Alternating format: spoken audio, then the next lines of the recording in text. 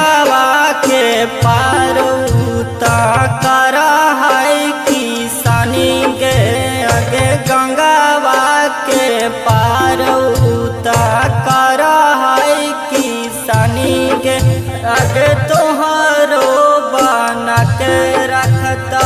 दिलावा के रानी के आगे तोहरो बना के रखता दिलावा के रानी के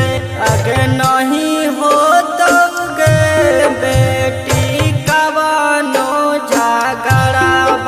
नहीं मिलल गे बेटी पड़ल लड़े कबाबा नहीं मिलल गे बेटी पड़ल लड़े कबाबा।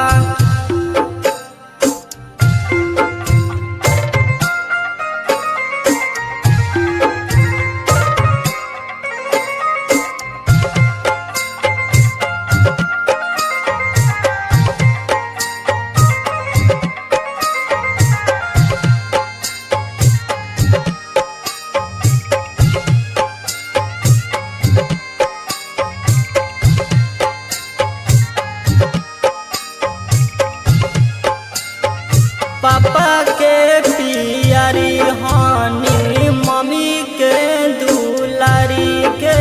आगे पापा के पियारी हानी मम्मी के दुलारी के